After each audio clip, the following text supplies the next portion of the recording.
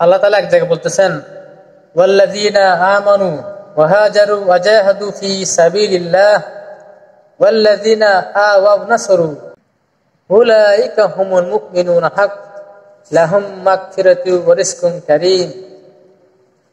বলছেন ওয়াল্লাযীনা আমানু, যারা ঈমান আনছে, ওয়া হাজারু বা ঈমানের তাকাদ অনুযায়ী যারা ঘর ছাড়ছে, ওয়াল্লাযীনা আমানু ওয়া হাজারু ওয়া জাহাদু ফি সাবিলিল্লাহ, এবং আল্লাহর রাস্তায় বের হয়ে মুজাহাদা করছে।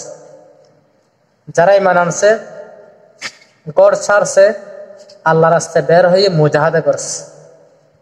ওয়াল্লাযীনা আওয়াও নাসরু, এবং যারা এদেরকে নুসরত করছে, এই মুহাজিরদেরকে নুসরত করছে।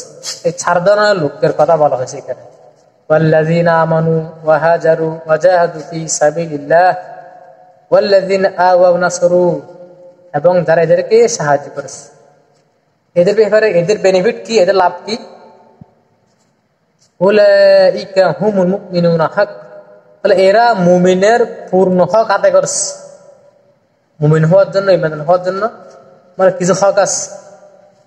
এই 4টা গুণ যাদের মধ্যে আছে, উলাইকা হুমুল মুমিনুনা হাক, মানে এরা ঈমানকে পূর্ণ করছে। কারা? যারা ঈমান আনছে, ঈমানের তাকাদ অনুযায়ী কর ছাড়ছে, আল্লাহর রাস্তায় মুজাহাদা করছে, এবং যারা এদেরকে নুসরত করছে।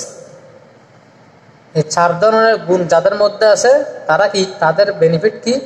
উলাইকা হুমুল মুমিনুনা হাক, এরা ঈমানের পূর্ণ হক আদায় করেছে, মুমিনের পূর্ণ হক আদায় করেছে।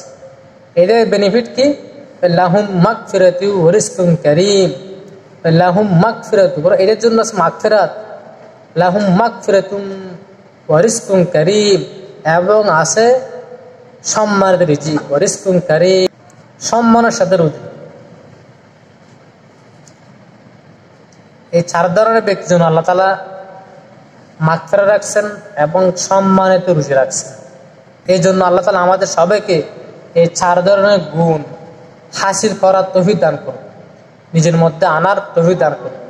আমিন ইয়া রাব্বাল আলামিন।